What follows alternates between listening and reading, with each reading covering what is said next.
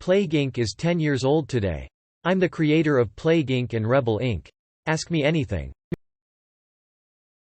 Hey Reddit, I'm James Vaughn, founder of Endemic Creations, and creator of hit mobile, PC, console games Plague Inc. and Rebel Inc., as well as a board game. Today is Plague Inc.'s 10-year anniversary and over 180 million people have played it. I started making Plague Inc. as a hobby in 2011. Since its launch in May 2012, I quit my job and now spend all my time making games with 12 other people at Endemic Creations. A lot of people don't know about Plague Inc., The Cure. We made it with the help of the WHO back in 2020 and it's free at the moment. Link Ask Me Anything. Proof. Here's my proof. Edit 5. Right, I've done a pass of the questions that came in overnight. If I haven't answered your question, it means I've already answered a similar question already. Thanks so much everyone for getting involved. Maybe see you all in another 10 years lol. How did you design the different types of infections and mutations for Plague Inc.? But honestly, thanks for such a great game that's killed the hours on long drives as a passenger. Thanks for all the different special diseases and expansions we have added over the years. I just focus on making something that I think will be fun and play differently to what we have already. I.e. with the zombie necrovirus, I wanted to try giving players a bit more control over how their disease spreads. When we added the fake news scenario, it was the UK elections and I wanted to try and use the game to help people understand what was going on. It turns out that diseases and fake news both spread in the same way. Do you live in Greenland? Should I move to Greenland? Hey, nope, I live in the UK. I think I remember the Greenland Tourist Board talking about Plague Inc. at some point, though can't quite recall. Did it feel a bit awkward when the pandemic started and you were profiting on a game that made light of pandemics?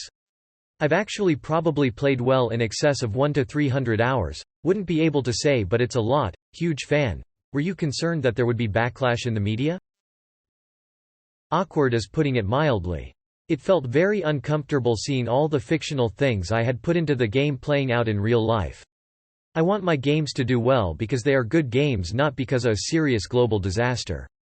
When COVID first hit, before it spread worldwide, I immediately got in touch with various medical scientific experts I know to get their thoughts on how we could best help. In the end, we donated $250,000 to the WHO and CEPI and also made Plague Inc. The Cure to help people understand the complexities of stopping a pandemic. What's your personal favorite news headline in game? There is one which pretends to be a message from a person trapped inside the game that one always makes me smile. What in the game's design causes Madagascar to close their borders so quick, making it difficult to infect them? Both Madagascar and Greenland are tricky because they are islands with few travel connections. So if countries start to close borders, then they are completely cut off. Also, people normally don't start outbreaks there because it takes the plague a long time to get going for precisely the same reasons. I knew when COVID started. When I saw the news article headline "Greenland gets first case of novel coronavirus," we were in it for the long run. I've played a few times during COVID, a bunch before, and I watch the news ticker in the game more now, and it's shocked me how accurate it is and true to time. Do you plan on updating human behavior in the game to reflect a percentage of people who do not believe a plague is real? It certainly turns out that I was a bit too optimistic when designing humanity's response to a pandemic. Definitely not going to change the core game, but it would be fun to do a scenario special disease about it at some point. No promises though. Just change the difficulty name from easy mode to realistic. Do you remember how you came about to develop the concept of the game? How long did it take you to bring it to fruition? I was inspired to make a game about diseases by a 2008 Flash game called Pandemic. I played it just when I was wanting to start making a game, and I had all these ideas about what I would do differently and how I would make it a better game. So I decided to give it a try, and the rest is history. It took around a year overall, working evenings and weekends as I was at work during the day. Love Plague Inc. Always wondered, how much does a developer such as yourself earn from a game of this magnitude? I don't have specific numbers, but Plague Inc. has been life-changing for me. I was able to quit my job and focus on making games full-time. Because of Plague Inc., There are 12 people at Endemic Creations now, and we are able to focus on making the games that I want to make without worrying about monetization.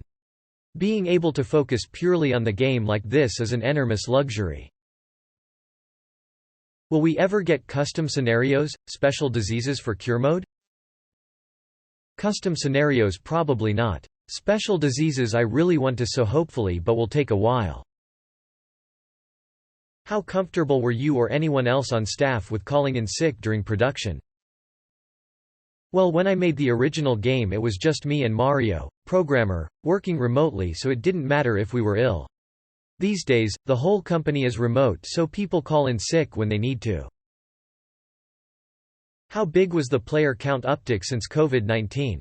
If that's something you have statistics on, figured it would in a strange way become quite popular. Because viruses would be on people's minds more. Interestingly, Plague Inc. has always got more popular whenever people get ill. E.g., when Plague Inc. was #1 in Japan, we saw big spikes every time there was a bad flu outbreak.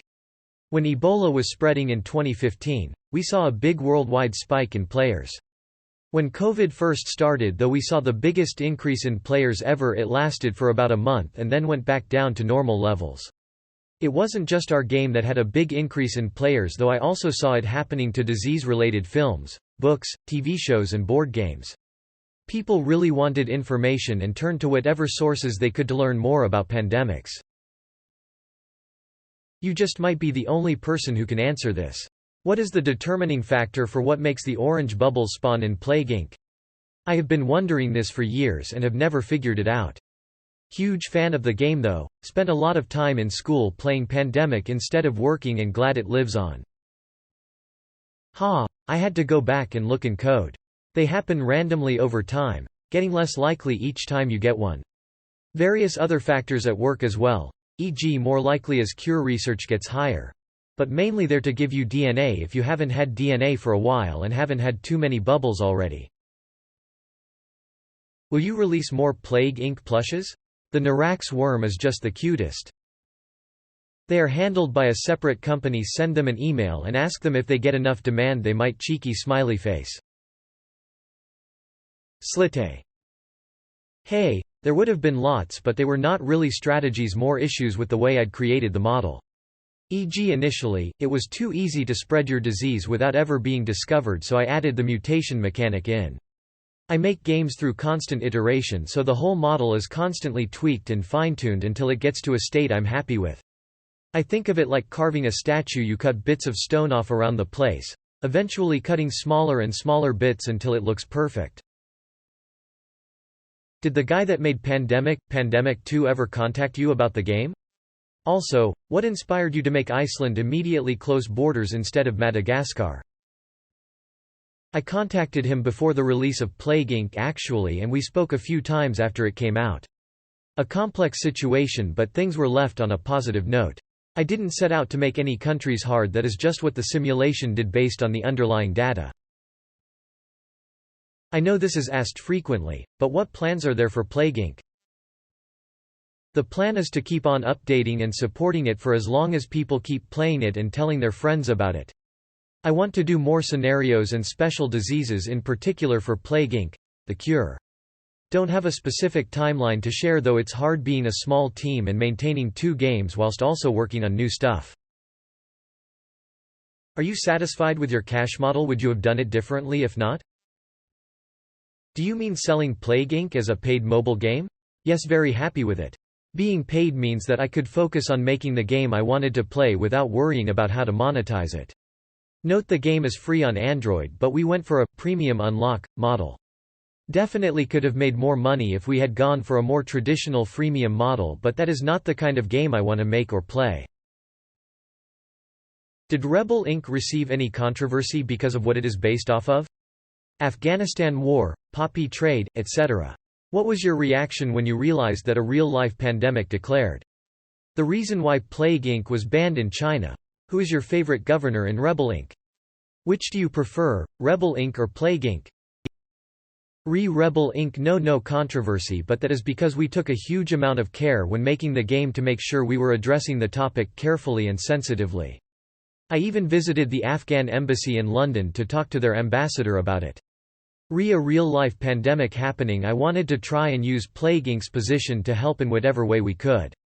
I knew that millions of people would be playing the game to try and learn more about diseases, so I worked with CEPI and the WHO to direct them to the expert's favorite governor, economist or civil servant favorite game. You can't ask a parent which of their children they preferred. Cheeky smiley face. Have you plotted your sales data geographically over time to view it like a spreading plague? No, unfortunately didn't get that level of detail from Apple initially. Would have been fun though. I always wanted to have a system where people could share the game with friends and see a map of how far their infection has spread in the real world. Was too complex to sort though. You were part of the iconic iPod homescreen for me. Right next to Jungle Run, Fruit Ninja, Jetpack Joyride.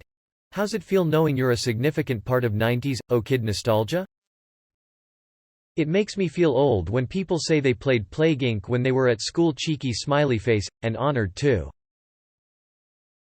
I want you to know that your game taught me a lot about symptoms of disease when I was younger, especially terms like hemoptysis and transmission, and am now on my way to medical school.